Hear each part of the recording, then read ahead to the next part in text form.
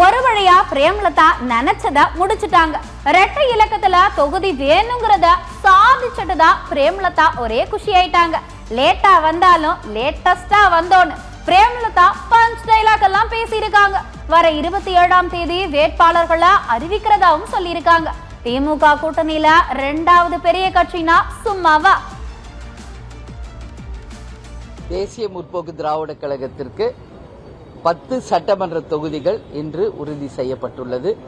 இந்த மதசார்பற்ற கூட்டணி மகத்தான வெற்றி பெற்று 200 தொகுதிகளுக்கு மேல் வெற்றி பெற்று அண்ணன் ஸ்டாலின் அவர்கள் மீண்டும் முதல்வராக கட்டாயம் பதவி ஏற்பார் என்பதை இந்த நல்ல நேரத்தில் சொல்ல கடமைப்பட்டிருக்கிறேன். நாளை 5 பேர் கொண்ட குழு தேசிய முற்போக்கு திராவிட கழகத்தின் சார்பாக அறிவிக்க இருக்கிறோம்.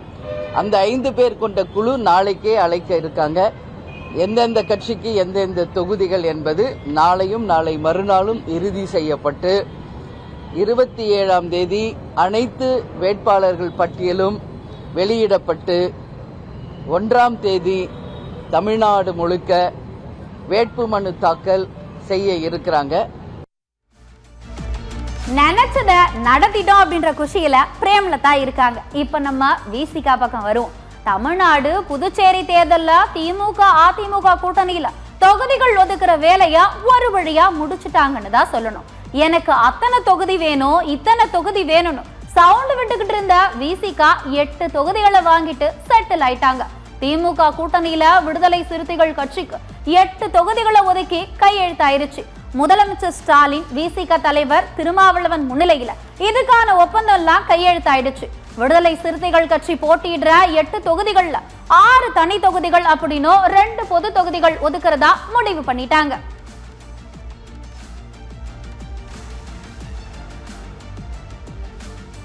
விசிகாவுடைய ஒப்பந்தமும் உறுதியாயிடுச்சு. இரட்டை இலக்கத்துல தொகுதி வேணும்னு கேட்ட விடுதலை சிறுத்தை கட்சி 8 தொகுதிகளும் சம்மதிச்சதுக்கு திருமாவளவன் பல காரணங்களை சொல்லியிருக்காரு. விசிகாவுக்கு ஒதுக்கின 8 தொகுதிகள்லையும் பானை சின்னத்துலதான் போட்டிடுவேன்னு தீர்த்து சொல்லிட்டாரு. திமுக கூட்டணி 200 தொகுதிகளுக்கு மேல ஜெயிக்கும்னு நம்பிக்கையோட சொல்லியிருக்காரு. அப்படி இப்படி பேசி மத்த கூட்டணி கட்சிகளை விட கூடுதலா 2 தொகுதி வாங்கிட்டாருல்ல திருமாவளவன், அப்படித்தானே பேசுவாரு.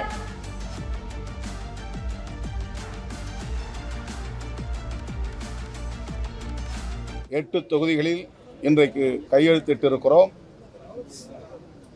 200க்கும் மேற்பட்ட இடங்களில் இந்த கூட்டணி வெற்றி பெற வேண்டும் என்கிற வேட்கையோடு தீவிர முனைப்போடு விடுதலை சிறுத்தைகள்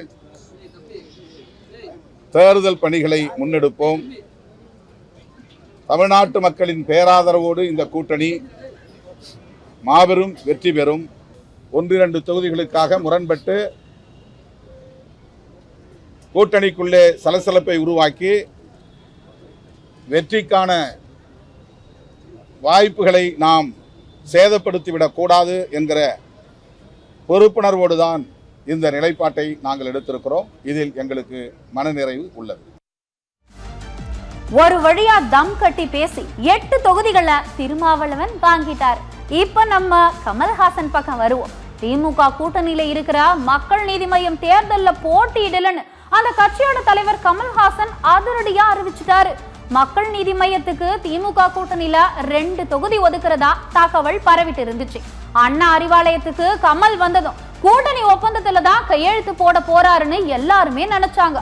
அடுத்த நொடியே வெளியான அறிக்கையில வர சட்டமன்ற தேர்தல்ல மக்கள் நீதி மையம் போட்டியிடாதுன்னு சொல்லி ஒரு திருப்பத்தை உருவாக்கிட்டார். அது மட்டும் இல்லங்க, இந்த தேர்தல்ல திமுகவுக்கு முழு ஆதரவு அளிக்கிறதா கமல்ஹாசன் அறிவிச்சிருக்காரு. தமிழ்நாடு தான் என் குடும்பம், தமிழ்நாட்டுக்காக தான் என்னுடைய சீட்டுகளை விட்டு கொடுத்துட்டேன்னு பெருமையா சொல்லியிருக்காரு. அது மட்டுமா, அரசியல் களத்துல தேர்தல் ஒரு பகுதி தான், அதுவே இறுதி ஆகாது அப்படி இப்படின்னு அடிச்சு விட்டுருக்காரு.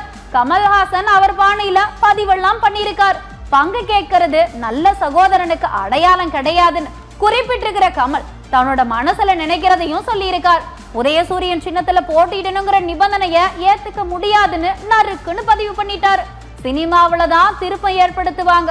கமல் அரசியல்லையும் ஒரு புதிய யுக்திய கையாண்டது அரசியல்ல புதிய திருப்பம் ஆயிடுச்சுங்க. முடிவு என்னன்னா, நாங்க அவர்களுடன் நிற்போம். இந்த சீட் எத்தனை அதெல்லாம் நான் எண்ணலை, எப்பவுமே எண்ணலை. நான் வரும்போதும் சரி, அது நீங்க எப்படி வேணா யார் என்ன சொன்னாலும் நான் இதுதான் என்னுடைய பொசிஷன். என்னுடைய கட்சியின் உறுப்பினர்கள் எல்லாம் அவர்களுடன் கலந்து ஆலோசித்து நான் எடுத்த முடிவு. இதில் வெளியில் இருந்து நாங்கள் ஆதரவு கொடுப்போம். ஆதரவு என்றால் அழுத்தமான ஆதரவாக இருக்கும், தோளாக இருக்கும். அதனால் நான் இவர்களுடன் நிற்பதை பெருமையாக மட்டுமல்ல, கடமையாகவும் நினைக்கிறேன். இத மட்டுமா சொன்னாரு கமல்? இன்னும் நிறைய விஷயங்களை சொன்னாரு. இது தியாகம் இல்ல, கடமை அப்படின்னு கமல்ஹாசன் பெருந்தன்மையா பேட்டி எல்லாம் கொடுத்தாரு. தன்னோட பயணிக்கிற கட்சி நிர்வாகிகளுக்கு கமல் நன்றி சொல்லி இருக்காரு.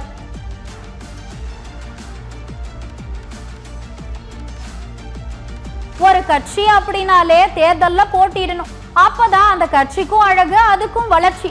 ஆனா இப்ப இவர் பண்ண வேலையில பலரும் குழம்பி போயிருக்காங்க அப்படின்னு தான் சொல்லணும். இவர் இப்படி முடிவு பண்ணிட்டு போயிட்டார். இதுக்கு சிஎம் என்ன சொல்லியிருக்காருன்னு பாருங்களேன். கமலுக்கு எப்படி நன்றி சொல்லுதுன்னே தெரியலன்னு முதலமைச்சர் ஸ்டாலின் உருக்கமா சொல்லிட்டார். தேர்தல்ல போட்டி அப்படின்ற முடிவை கைவிட்ட கமல்ஹாசனின் முடிவு என்ன ரொம்பவும் நெகிழ வச்சிருக்குன்னு முதலமைச்சர் சொல்லிட்டார். கமல்ஹாசனோட முடிவை வரலாறு பாராட்டுன்னு பெருமையா குறிப்பிட்டிருக்கார். திமுக கூட்டணி வேட்பாளர்களை நிபந்தனையின்றி ஆதரிப்போன்னு கமல்ஹாசன் சொன்னதை மு.க. ஸ்டாலின் குறிப்பிட்டிருக்கார். தமிழ்நாட்டு நலனை முன்னிறுத்தி பெருந்தன்மையா கமல்ஹாசன் எடுத்த முடிவை வரலாறு பாராட்டுன்னு முதலமைச்சர் பதிவு பண்ணியிருக்கார். கமல்ஹாசனுக்கோ மக்கள் நீதி மய்ய உறுப்பினர்கள் அனைவருக்கும் முதலமைச்சர் ஸ்டாலின் நன்றி சொல்லி முடிச்சிட்டார்.